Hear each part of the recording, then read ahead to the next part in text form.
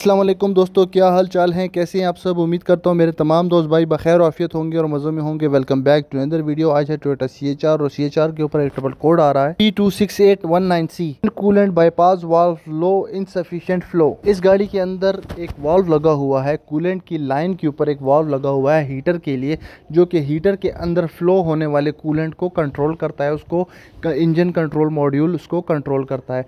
तो हमने सबसे पहले जो इसकी रीज़न जो हमने इसकी डिटेक्ट की है दोस्तों, जिस वजह से ये प्रॉब्लम कर रही थी, वो प्रॉब्लम थी इसके कूलेंट की लीकेज। ये देख सकते हैं यहाँ पे कूलेंट लीक होने की वजह से आपको यहाँ पे दिखाई दे रहा होगा जितना कूलेंट यहाँ पे गिरा हुआ है।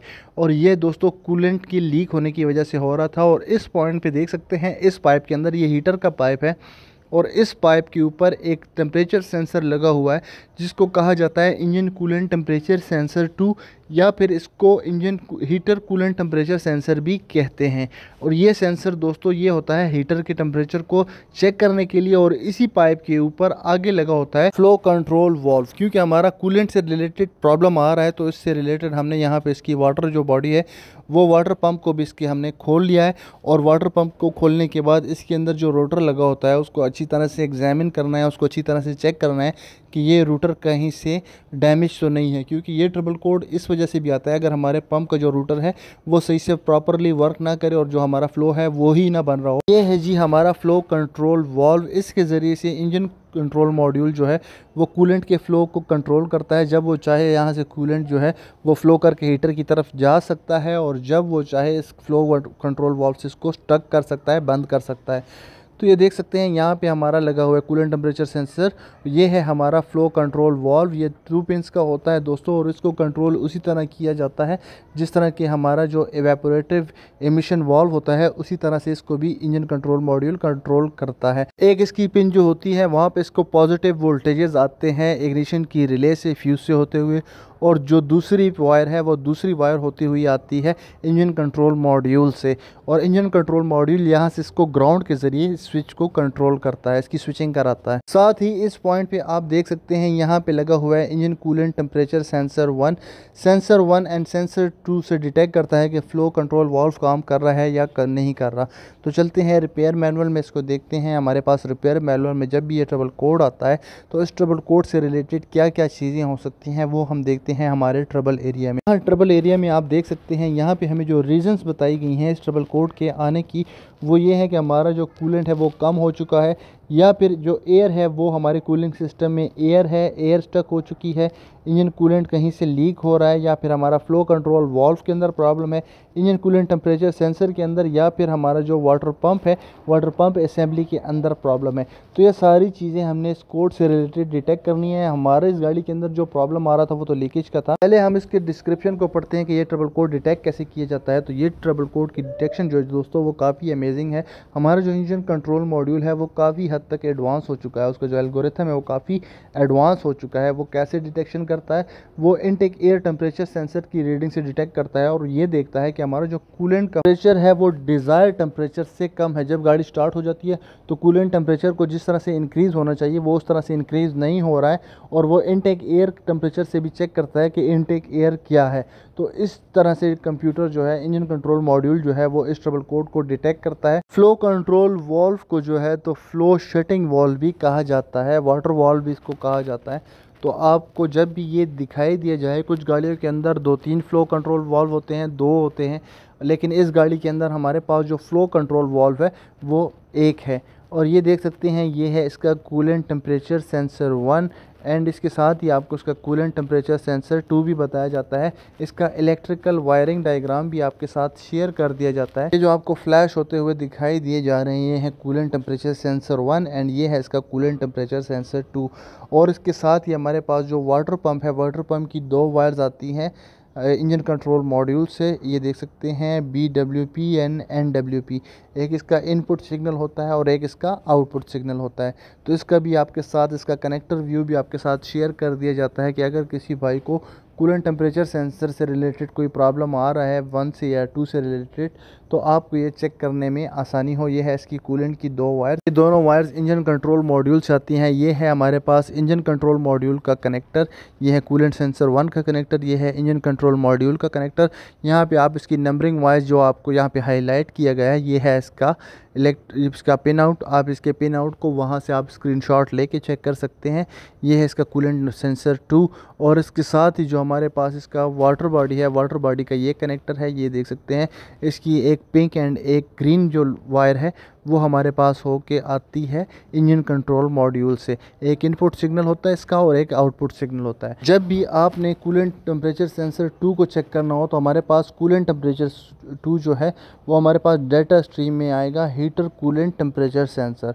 तो आपने अगर सेंसर 2 को चेक करना है तो आपने उसको हीटर टेम्परेचर सेंसर से चेक करना है। और अगर आपने तमाम सेंसर्स को एग्जैक्ट पोजीशन पे चेक करना है तो जब गाड़ी कुछ देर तक खड़ी हो, बिल्कुल ठंडी हो जाए, कूल डाउन हो जाए, तो आपने उस सेंसर्स की आपस में एक्यूरेसी देखनी है। ये है हमारे पास वाटर पंप का कनेक्टर, ये देख सकते हैं इसकी 4 वायर्स हैं। इसमें एक पिन जो है वो खाली है और ग्रीन एंड पिंक जो है ये हमारे इंजन कंट्रोल मॉड्यूल से होते हुए यहाँ पे आते हैं। इसका वाटर पंप भी ठीक था, इसका फ़्लो कंट्रोल वॉल्व भी ठीक था, इसका सारा कुछ ठीक था। इसका कूलेंट जो है वो लीकेज कर रहा था, जिसकी वजह से ये सारा प्रॉब्लम क्रिएट हो चुका था। तो गाड़ी वार्म अप हो चुकी है। ये देख सकते हैं हमारे पास यहाँ पे फैंस जो है वो लो स्पीड पे चल रहे हैं, ये लो स्पीड पे यहाँ पे चल रहे हैं। इसको गाड़ी को हमने मेंटेनेंस मोड में रखा हुआ है। जब भी आप हाइब्रिड गाड़ी के अंदर काम करें तो उसको मेंटेनेंस मोड में डालें। ये देख सकते हैं हमारे जो फैंस हैं वो यहाँ पे लो स्पीड पे चल चुके हैं। और यहाँ पे हमारा जो कूलेंट का लेवल है, कूलेंट तो हमने इस गाड़ी के अंदर डाला नहीं है, पानी डाला है। गाड़ी वाले को हमने ये कहा है कि आप 1 हफ्ते तक पानी में गाड़ी को चला के चेक कर लो, अगर कोई लीकेज का इशू नहीं होता तो फिर हम इसमें से वाटर को ड्रेन करके कूलेंट डाल देंगे। तो चलते हैं, अब इसको हम डायग्नोस करते हैं और इसको चेक करते हैं स्कैन टूल से। वीडियो में आपके साथ कुछ एक्टिव टेस्ट शेयर किए जाएंगे जिसमें हम वाटर पंप को टारगेट स्पीड देंगे 3000 की और उसको ऑन ऑफ करेंगे, वो चेक करेंगे। और हमारे पास जो फ्लो शटिंग कंट्रोल वॉल्व है हमने उसको भी चेक करना है, उसकी भी हमारे पास यहाँ पे ऑन ऑफ की पोजीशन होती है, हम उसको भी ऑन या ऑफ़ करके चेक कर सकते हैं। और ये चेकिंग करना बहुत ही ज़रूरी होता है जब भी आप हाइब्रिड गाड़ी के अंदर काम करें और आपका प्रॉब्लम आ रहा हो कूलेंट से रिलेटेड या टेम्परेचर से रिलेटेड, तो आपने ये सारी चीज़ें लाजमी चेक करनी है। ये चेक करना बहुत ही एसेंशियल हो जाती है। सबसे पहले इसका हेल्थ रिपोर्ट लेते हैं और हेल्थ रिपोर्ट लेके इसको क्लियर करते हैं। ट्रबल कोड्स हमने सारे क्लियर कर दिए हैं। अब हम इंजन कंट्रोल मॉड्यूल में जाते हैं और यहाँ से हमने डाटा स्ट्रीम में जाना है। और डाटा स्ट्रीम में हमने यहाँ पे कुछ कमांड सेलेक्ट करनी है। यहाँ से हमने इसकी फ़ैन को मॉनिटर करना है, यहाँ से हमने इसके जो वाटर पंप की स्पीड है उसको मॉनिटर करना है, यहाँ से हमने कूलेंट टेम्परेचर सेंसर को मॉनिटर करना है। ये सारी चीज़ें हमने मॉनिटर करनी है और गाड़ी को मेंटेनेंस मोड में रखा है ताकि जो हमारा इंजन है वो स्टार्ट रहे। तो हाइब्रिड गाड़ी क्योंकि नॉर्मली वो आइडल के ऊपर इंजन को शट ऑफ कर देती है, तो आपने मेंटेनेंस मोड पर गाड़ी को लाजमी लाना है ताकि आपको उससे रिलेटेड कूलेंट से रिलेटेड जो भी प्रॉब्लम हो आपके वो सॉल्व हो सके। यहाँ से आप देख सकते हैं जो हमारा वाटर पंप की टारगेटेड स्पीड है ये सारी और एक्चुअल स्पीड जो है वो दोनों एक दूसरे के साथ मैच कर रही हैं। ये टारगेटेड स्पीड और एक्चुअल स्पीड जो है इंजन कंट्रोल मॉड्यूल्स को कमांड देता है और वहाँ से फिर उसका फीडबैक का सिग्नल आता है कि कितने आरपीएम के ऊपर जो वाटर पंप है वो वर्किंग कर रहा है। तो ये चेकिंग करनी बहुत ही ज़रूरी होती है। अब चलते हैं इसका एक्टिव टेस्ट में जाते हैं और एक्टिव टेस्ट में जाके आपको उसका जो फ्लो शटिंग वॉल्व है उसको ऑन ऑफ करके, उस वॉल्व को ऑन ऑफ करके यहाँ से मॉनिटर करते हैं और उस वॉल्व को चेक करते हैं कि वो वॉल्व हमारा वर्किंग कर रहा है या नहीं कर रहा। तो ये देख सकते हैं इस टाइम पे वो हमारा वॉल्व जो है वो ओपन है।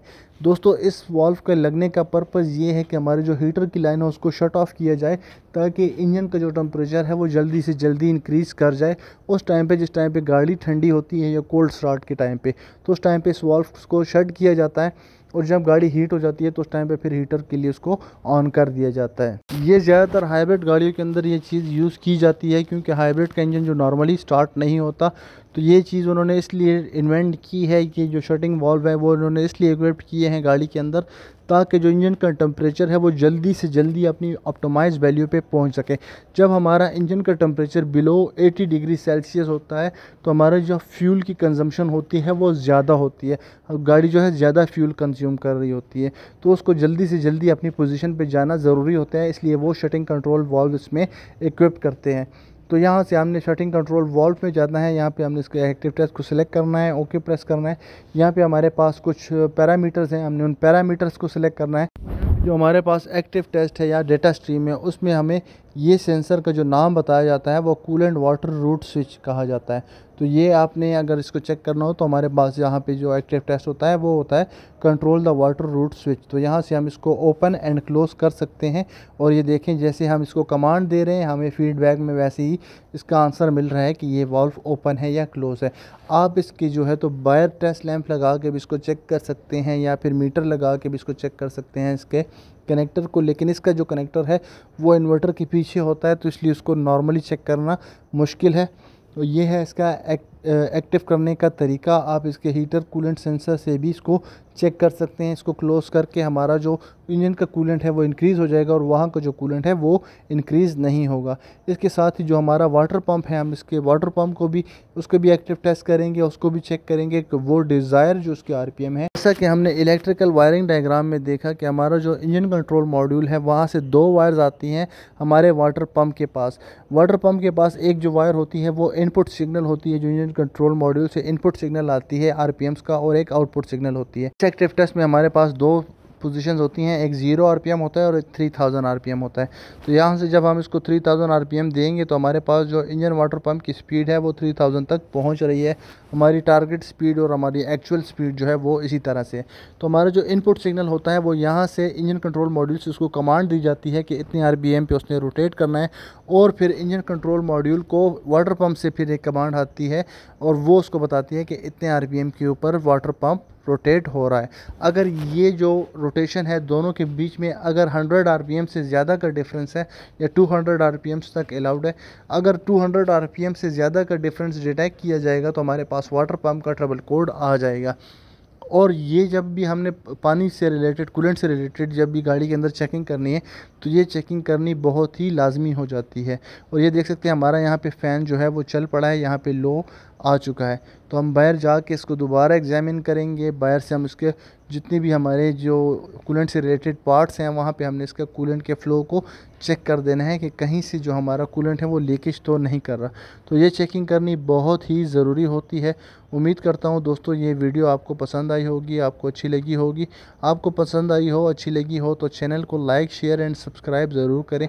आपका भाई आपके साथ मिलता है एक नेक्स्ट वीडियो में एक नए टॉपिक के साथ। तब तक स्टे ट्यून। अल्लाह हाफिज़।